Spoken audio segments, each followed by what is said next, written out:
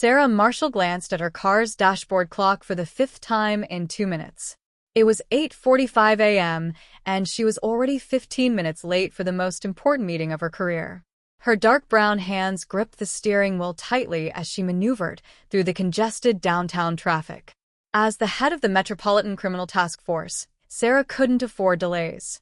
For 6 months, her team had painstakingly built a case against one of the city's most dangerous drug cartels, and today's briefing would determine if they got the green light for their operation. She had dressed down deliberately, wearing jeans, a simple black t-shirt, and her natural hair pulled back into a neat bun. Her badge and service weapon were tucked securely in her shoulder bag. Working undercover demanded maintaining appearances at all times, even when rushing to headquarters. The familiar streets of her daily commute were unusually congested, and roadwork forced her to take a detour through the local school district. Sarah knew better than to speed in a school zone but pressed the accelerator a little harder when the road finally cleared. The flash of red and blue lights in her rearview mirror made her heart sink. "Not today," she muttered, pulling her 10-year-old Toyota to the curb. She watched in her side mirror as a young patrol officer approached her car. His nameplate read Officer Tom Jenkins, and he couldn't have been more than a few years out of the academy. "License and registration, ma'am," he said, his tone a mix of authority and rookie caution. Sarah could have flashed her badge to avoid the hassle, but undercover work had taught her the value of discretion. A single slip could undo months of careful planning. "Of course, officer," she replied evenly, retrieving the documents from her glove compartment. Jenkins studied them before asking, "Do you know why I pulled you over today?" "I imagine I was going a bit fast," Sarah admitted. "You were doing 38 in a 25 zone," he confirmed, his pen already moving across his notepad. "In a school zone, ma'am, that's a serious violation." "You're absolutely right, officer." "I apologize," Sarah said sincerely, resisting the urge to argue. The officer seemed surprised by her honesty but returned to his patrol car to process the citation. As she waited, Sarah's phone buzzed with a message from her team. Assistant Director Thompson was already at headquarters, expecting her. She sent a quick reply, keeping her hands visible through the window. Officer Jenkins returned with the ticket. "Here's your citation, ma'am. You can pay the fine or contest it in court. Details are on the back." "Thank you, officer," Sarah said, accepting it calmly. When he drove off, she allowed herself a brief sigh. The fine would be steep, but what troubled her more was the timing. She started the car and merged carefully into traffic, vowing to stay within the speed limit. The incident was a sharp reminder of a principle she often taught her recruits: no case is worth endangering lives. A week later, Sarah sat on a hard bench in traffic courtroom 304. She had chosen to dress the same as the day she received the ticket, both to maintain her cover and to experience the justice system as any citizen would. Judge Richard Whitman presided over the cramped, stuffy room with an air of detached authority. Sarah watched as he handled case after case, noticing the disparities in how he treated defendants. Some received patient explanations and reduced fines, while others endured harsh lectures and maximum penalties. "Case number 247, Sarah Marshall," the clerk called. Sarah stood and approached the podium.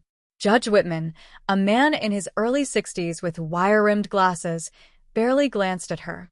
"You were cited for driving 38 miles per hour in a school zone," he said, his tone laced with boredom. "How do you plead?" "Guilty, Your Honor," Sarah replied, "but I'd like to explain the circumstances." "Everyone has a story, Ms. Marshall," he interrupted, dismissively waving a hand. Sarah suppressed a frown, maintaining her calm. "I understand, Your Honor, but the speed limit is 25 miles per hour in school zones.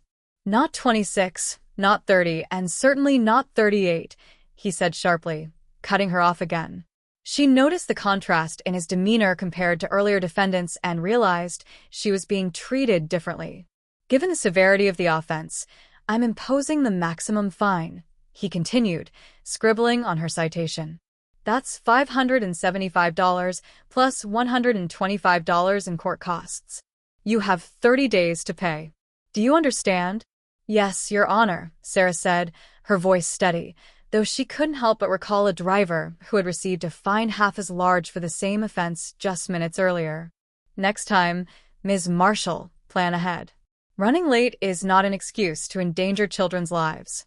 Sarah accepted the rebuke silently and left the courtroom.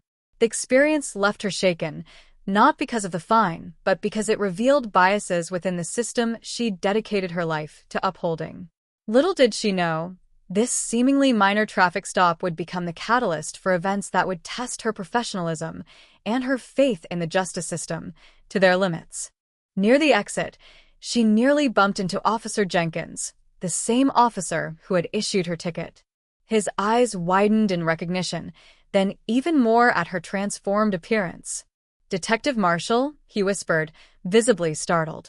Sarah smiled faintly and placed a finger to her lips, signaling for discretion. Jenkins nodded, understanding instantly. Like most officers in the city, he knew about the ongoing task force investigation, even if he didn't have all the details. As Sarah walked to the elevator, her focus shifted to the briefing. Her team had spent months meticulously building their case against the Rivera drug cartel. They had traced money laundering schemes, identified key players, and planned every detail. Now all they needed was judicial approval for their wiretap requests and search warrants. And the judge they needed to convince? Richard Whitman. Sarah allowed herself another faint smile as the elevator doors closed. In a few minutes, Judge Whitman would discover that the woman he had dismissed so casually was not only a decorated detective, but the leader of the city's most elite task force. However, Sarah resolved not to let his earlier behavior influence her professionalism. The case was too important for personal grievances. The elevator stopped on the 4th floor, and Sarah stepped out, her heels clicking confidently on the marble floor. Officers nodded respectfully as she passed. At the end of the hall, Assistant Director Thompson waited outside room 442, case files in hand. Inside, Judge Whitman adjusted his tie as he approached. After a tedious morning in traffic court, he looked forward to this significant briefing. These moments reminded him of his role in shaping justice. Assistant Director Thompson greeted him with a firm handshake. "Thank you for making time, Judge Whitman. The task force commander is waiting inside." "Of course, always happy to assist with serious law enforcement matters," Whitman said, his chest puffing slightly.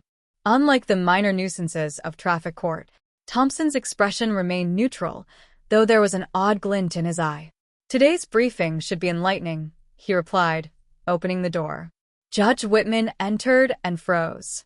Seated at the head of the table was the same woman he had found that morning. But now, Sarah Marshall looked entirely different. Gone were the casual clothes. She wore a sharp navy suit, her badge displayed prominently. The commanding officer, she truly, was now held the room's attention. Sarah rose, extending a firm hand to the judge. "Good afternoon, Your Honor. Thank you for joining us. Let's begin." Stars on her collar marked Sarah Marshall's rank as commander, a status that transformed Judge Whitman's condescending assumptions into uneasy realization. "Good afternoon, Judge Whitman," Sarah said professionally, her tone steady, her posture commanding. She stood to greet him, her voice carrying the authority of a leader accustomed to directing seasoned law enforcement teams. "I'm Commander Sarah Marshall, head of the Metropolitan Criminal Task Force. Thank you for joining us today." The color drained from Judge Whitman's face as recognition dawned. He sank into the offered chair, his usual confidence noticeably absent. Around the room, 12 other task force members observed the exchange, their expressions carefully neutral. "Please have a seat," Sarah gestured toward the chair. Her demeanor gave no hint of their earlier encounter. "We have much to discuss regarding the Rivera cartel investigation." The judge settled into his seat, fumbling with his notes as Sarah launched into the briefing.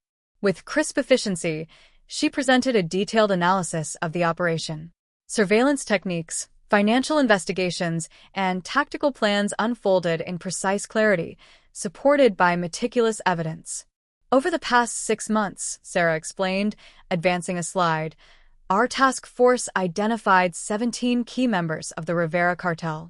We've mapped their distribution network across 3 states and traced over $20 million in laundered funds. Judge Whitman could hardly focus on the content. Each time Sarah demonstrated her expertise, which was often, his earlier condescension replayed in his mind, gnawing at his composure. "These are the wiretap applications we need approved," Sarah continued, sliding a thick folder toward him. "All supporting evidence and probable cause documentation are included. Expedited review would be appreciated given the operation's scope." Whitman's hands shook slightly as he adjusted his glasses. He nodded stiffly, flipping through the documents. I'll review these immediately, Commander Marshall." "Thank you, Your Honor," Sarah replied with professional detachment. Now, regarding the tactical approach, she seamlessly resumed the presentation, fielding questions from FBI agents, DEA officers, and federal prosecutors with ease. For over an hour, Judge Whitman watched, humbled and silenced by her mastery of both strategy and law. As the briefing concluded, team members filtered out, each showing deference to their commander. Whitman lingered in his chair, his earlier assumptions weighing heavily on him. He opened his mouth to speak, but Sarah was already collecting her materials. "The task force will need those approvals by Friday," she stated, her tone leaving no room for personal reflection. "Assistant Director Thompson can assist you if you have any questions." With that, she exited, her professionalism unwavering. Thompson, the last to leave, paused at the door. "Commander Marshall has the department's highest closure rate," he said quietly. "She's also completed her doctorate in criminal justice. Just thought you should know." Whitman remained seated long after the room emptied, the memory of his dismissive words from traffic court pressing down on him. Lance feeds from across the city glowed on the monitors. Today marked the culmination of 6 months of painstaking investigation. Signed warrants from Judge Whitman had arrived the previous day, all approved without delay. "All teams check in," Sarah commanded into her radio, her voice steady and controlled. Responses came in one by one. "Alpha team in position. Bravo team ready. Charlie team standing by." Assistant Director Thompson stood beside her, observing as she coordinated the massive operation with precision. "Execute on my mark," Sarah directed. She checked her watch, then counted down. 3, 2, 1. Execute, execute, execute. The command center buzzed with activity as teams moved into action. The monitors displayed officers breaching doors at warehouses, luxury apartments, and storage facilities, all connected to the Rivera cartel. Sarah remained composed, directing teams and responding to updates with sharp precision. "Charlie team, suspects are moving toward the rear exit," she directed. "Delta team, intercept at point 4. The operation unfolded like clockwork. By 7 a.m., the cartel's network lay in ruins. Reports flowed in. Miguel Rivera and 3 lieutenants in custody. 40 million in drugs seized. 15 million in cash and assets recovered. Sarah nodded as updates came through. "Excellent work, everyone. Begin documentation. I want every detail airtight for prosecution." The command center door opened, and Judge Whitman entered, invited to observe the operation's execution. He stood silently at the back, watching Sarah orchestrate the final phases with seamless expertise. "Commander," an officer reported. "Final numbers. 23 suspects in custody, including all primary targets." Sarah acknowledged the report, her focus unwavering. "Outstanding work. The city is safer today because of this team's efforts." As officers filed out, many stopped to shake her hand or offer a nod of respect. Finally, Sarah noticed Whitman standing near the back. She approached him, a folder in hand. "Your Honor," she said, her tone neutral but firm. "I wanted to personally thank you for approving the warrants. Your support was instrumental." Whitman's voice faltered. "Commander Marshall, I owe you an apology." Sarah met his gaze, her expression unreadable. "Your Honor, my concern is ensuring justice is served. That's all that matters." With that, she turned back to her team, leaving Judge Whitman to reflect on the woman he had so grossly underestimated, a leader whose actions spoke far louder than his earlier prejudice. Sarah Marshall, head of the Metropolitan Criminal Task Force, exuded authority as she stood to greet Judge Richard Whitman. Her uniform, adorned with stars indicating her high rank, made her presence commanding. Around the table, the 12 other task force members observed the interaction with carefully neutral expressions. "Good afternoon, Judge Whitman," Sarah said, her voice calm and professional. "We appreciate you joining us today." Judge Whitman's face drained of color as recognition set in. Just hours earlier, he had treated her dismissively in traffic court. Now, seated in her domain, he could feel the weight of his earlier behavior. Sarah gestured to an empty chair. "Please have a seat. We have a lot to cover regarding the Rivera cell investigation." For the next hour, Sarah expertly walked the group through detailed surveillance operations, financial investigations, and tactical plans. She clicked through presentation slides with practiced ease. Her deep knowledge of the task force's 6-month investigation, which had uncovered 17 key members of the Rivera cartel, mapped their distribution network across 3 states, and tracked over $20 million in laundered funds, was evident. Judge Whitman sat in stunned silence. Each time Sarah demonstrated her expertise, he felt smaller in his chair. The condescending lecture he had given her earlier in traffic court replayed in his mind, now a stark reminder of his misplaced assumptions. Sliding a thick folder of documents toward him, Sarah said, "These are the wiretap applications we need approved. The supporting evidence and probable cause documentation are included. Given the scope of this operation, we'd appreciate expedited review." The judge fumbled with his reading glasses, his hands trembling slightly. "Of course, Commander Marshall," he managed to say. "Thank you, Your Honor," Sarah replied, resuming the briefing without a hint of acknowledgement of their earlier interaction. 3 days later, the task force prepared for the largest operation in its history. It was 4:30 a.m., and the command center buzzed with activity. Surveillance feeds streamed across the monitors as Sarah coordinated 6 tactical teams positioned throughout the city. "All teams check in," Sarah commanded into her radio, her voice steady. "Alpha team in position. Bravo team ready. Charlie team standing by," came the replies one after another. Assistant Director Thompson stood beside her, observing. He couldn't help but recall Judge Whitman's face during the briefing, a man humbled by Sarah's authority and competence. Sarah's voice broke through his thoughts. "All teams, execute on my mark. 3, 2, 1, execute, execute, execute." The monitors lit up with live feeds of officers breaching doors, securing locations, and apprehending suspects. Sarah directed the operation with precision, her years of experience evident in every command. "Charlie team, suspects are moving toward the back exit," she instructed. "Delta team, intercept at point 4. By sunrise, the operation had concluded. 23 suspects, including Miguel Rivera and 3 key lieutenants, were in custody. The task force seized $40 million in drugs and $15 million in cash and assets. Judge Whitman arrived at the command center to observe the operation's conclusion. Watching Sarah direct the final stages, he saw the stark contrast between her composed authority and his own earlier behavior. As the officers began to wrap up, Sarah addressed the room. "Outstanding work, everyone. This operation's success is a testament to your professionalism and precision. The city is safer today because of your efforts."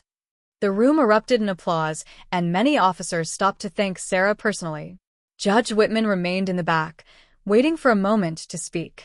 Finally, Sarah approached him, extending a folder. "Your Honor, this is the operation summary for your records. The warrants you signed were instrumental in achieving these results." Judge Whitman accepted the folder, his discomfort evident. "Commander Marshall, I owe you an apology.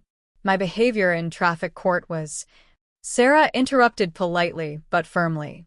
"If you'll excuse me, Your Honor, I need to oversee the processing of suspects. Detailed reports will be ready for the prosecutor's office tomorrow morning." She walked away, pausing only to thank her team members and check on their well-being. Whitman watched her go, struck by her grace and professionalism. The next afternoon, Judge Whitman knocked on Sarah's office door, a manila envelope in hand. She gestured for him to enter and take a seat. "What can I do for you, Your Honor?" she asked, her tone neutral. The judge placed the envelope on her desk. "I reviewed my cases from the past month. The patterns, they're undeniable. I've already contacted the Judicial Review Board to request implicit bias training. Sarah nodded, her expression unreadable. That's a good first step. Judge Whitman continued, his voice earnest. I also wanted to void your traffic fine. I know you can afford it, but… Sarah held up a hand. With all due respect, Your Honor, I'll pay the fine. Not because it was fair, it wasn't, but because I did speed in a school zone. Actions have consequences. Voiding it now would be another form of special treatment. The judge looked taken aback, but nodded. What I'd prefer, Sarah continued, is for you to remember this experience. Remember how quickly you dismissed me based on appearances, and how wrong those assumptions were. Apply that lesson to everyone who enters your courtroom. Judge Whitman's expression softened. You're absolutely right. Every person deserves to be judged by their actions, not their appearance. 3 months later, Judge Richard Whitman sat alone in his chambers, reviewing a year's worth of his traffic court cases. The spreadsheet he had created revealed patterns he could no longer ignore. Fine amounts, payment plans, and dismissals all showed a clear bias. His clerk entered, announcing the arrival of Dr. Patricia Chun, a judicial bias expert he had been working with. Send her in, he replied, straightening his desk. Dr. Chun greeted him warmly. Good evening, Judge. Ready to review your latest data? I am, he said, turning his computer screen toward her. I've been tracking my decisions carefully, just as Commander Marshall suggested. Dr. Chun studied the numbers. Significant improvements. Fine amounts are consistent across demographics, and payment plans are being offered equitably. Judge Whitman showed her his courtroom notebook. I've started documenting my reasoning for each decision. It helps me check my assumptions. Dr. Chun smiled. That's excellent progress. The judge leaned back, reflecting. That day in traffic court changed me. If Commander Marshall had been in uniform, I would have treated her differently. Realizing that, it's unsettling. Dr. Chun nodded. Recognition is the first step toward change. What matters is what you do with that recognition. Judge Whitman opened another file. I've started mentoring new judges, sharing what I've learned about implicit bias. Change happens one conversation at a time. As he spoke, Sarah Marshall's words echoed in his mind. A reminder of the lesson she had imparted. True justice requires seeing beyond assumptions and treating everyone with respect. 6 months after the Rivera cartel operation, Commander Sarah Marshall sat quietly in the back of courtroom 304, observing a very different Judge Richard Whitman from the one she had first encountered. Today, she wasn't there officially, just curious to see if the changes she had heard about were genuine. The judge's demeanor was almost unrecognizable. Gone was the curt, dismissive attitude he once exhibited. Instead, every person who stepped before him received the same respectful attention, regardless of their appearance or background. His transformation was evident in every word, every gesture. Case number 156, traffic violation, the clerk announced. A young man in worn clothes approached the podium nervously. Judge Whitman looked up, his expression warm and respectful. Good morning, sir, the judge said kindly. Please state your name for the record. James Rodriguez, Your Honor, the man replied, his voice shaking slightly. Sarah watched as Judge Whitman carefully reviewed the citation, jotting notes in one of the notebooks she had inspired him to use. The scene reminded her of her own experience months ago, but this time, the judge's approach was completely different. Mr. Rodriguez, I see this is your first offense, Judge Whitman said. Would you like to explain the circumstances? The young man explained how he had been rushing to his second job to make ends meet. The judge listened attentively, showing no sign of the dismissive attitude Sarah had once endured. Thank you for your honesty, Judge Whitman said. Given the circumstances and your clean record, I'm reducing the fine and offering you a payment plan. The clerk will help you set that up. Sarah nodded approvingly from her seat. The change wasn't just in his words, it was in his entire approach to justice. After the morning session, Sarah was preparing to leave when she noticed a group of law students entering the courtroom. Judge Whitman had started a new program, inviting future legal professionals to observe and learn about unbiased judicial practices. Commander Marshall, Judge Whitman called out, spotting her. "Would you mind joining us?